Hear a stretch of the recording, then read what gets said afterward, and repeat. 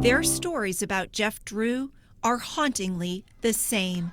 In the early 1990s at St. Jude, a Catholic grade school in Bridgetown.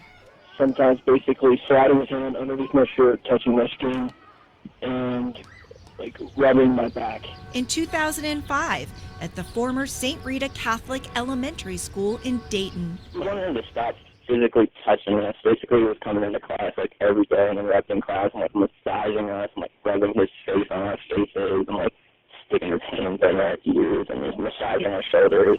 In 2011, at St. Maximilian Colby Church in Liberty Township. He told me that I have nice legs and that they're a distraction and that I should wear pants. These men and many more spoke to Cincinnati police in 2019 as they were investigating Drew for the rape of a 10-year-old boy years earlier when Drew was music director at St. Jude in Bridgetown. The WCPO 9I team obtained these recordings through public records requests. How did the priest at the time or the school administration, the teachers, how did they not know? I know. How did they not see it? Police also met with a different man who says Drew sexually abused him when he was a student at St. Jude in 1984. The man molested me, all right? He put his hands down my pants and he played with himself and that's it. Prosecutors say they didn't file charges in his case because the statute of limitations ran out. Do you know if it happened to anybody else back then? I think about that all the time, you know what I mean? I spoke to retired Cincinnati police detective Dana Jones, who you just heard on that video. She questions whether the Archdiocese did enough to prevent Drew's abuse and grooming of young boys, and says the reason that Drew is in prison today is because victim Paul Nyer went to police. I'd like to see some accountability in the church. I just don't know how to go about it. In this 2022 interview with the I-Team, victim Paul Nyer says he went through hell. He was in the courtroom in 2021 when Drew pleaded guilty to 9 counts of raping him. Rape, a felony of the first degree. A judge sentenced Drew to 7 years in prison as part of the plea deal. Your investigation has revealed a lot more information that was not public knowledge at the time that Father Drew was sentenced. Attorney Conrad Kircher has represented hundreds of victims of clergy sex abuse. He says he was shocked when he listened to the recordings and questions why the Archdiocese allowed Drew to be around children for so long. There's no legitimate explanation. There are only 2 possibilities: incompetence or dishonesty.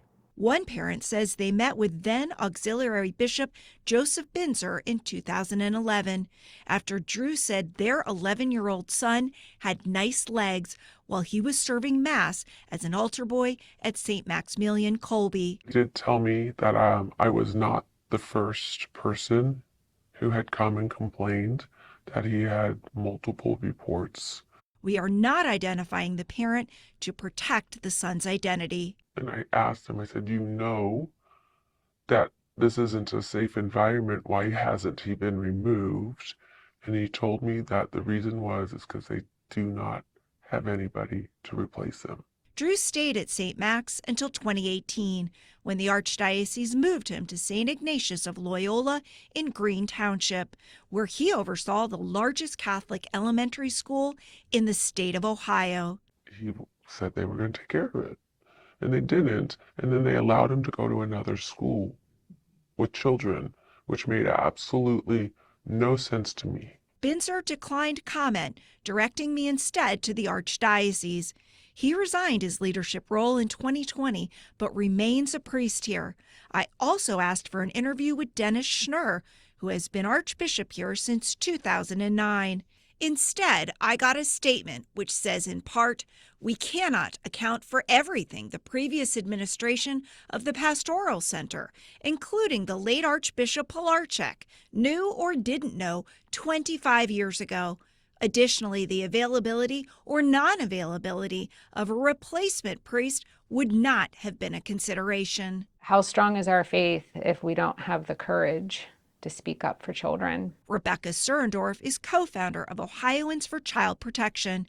She also listened to the newly obtained recordings. There were other priests that were aware of the concerns. There were principals aware of the problem. Like this priest, who was at St. Jude in 1992 when Drew was the music director. This is what he told police days before Drew's arrest. A couple of times I observed him what I would describe as crossing the boundaries inappropriately, basically going up to minors, servers and the like, both hands on either shoulder and kind of a prolonged shoulder massage kind of thing. The priest says he warned Drew to stop. Years later, in 1999, he says Drew asked for a recommendation letter to enter the seminary. The priest says he wrote that Drew crossed boundaries. And that would have gone either to the vocation office or the seminary at that time. But that wasn't the only complaint. While Drew was an intern at St. Anthony's in Madisonville, a former parishioner told police she walked in on a shocking sight. Geoff Drew doing the hands on the shoulders of a 16-year-old boy, like massaging his shoulders, whispering in his ear. She later saw the same teenage boy touring the seminary with Drew. I know enough about what grooming means to know this is not good. So I went to the director of interns at the time, which was his father, Mike Savino, and said, how did I file a complaint here? This doesn't look right to me. After police arrested Drew in 2019, she says she called the archdiocese to complain. When all this crap broke, I called the chancellor, Steve Angie, and said that I just told you. I reported him, okay? Okay. And he goes, well, we don't get the file from the seminary. We don't get his file from out there. After Drew's arrest, archdiocese officials said they expected a full Vatican investigation. 5 years later, I asked if that ever happened. A spokesperson says they did submit a report, but would not say if there was actually an investigation, and referred me to Rome. Paula Christian, WCPO 9, I-Team.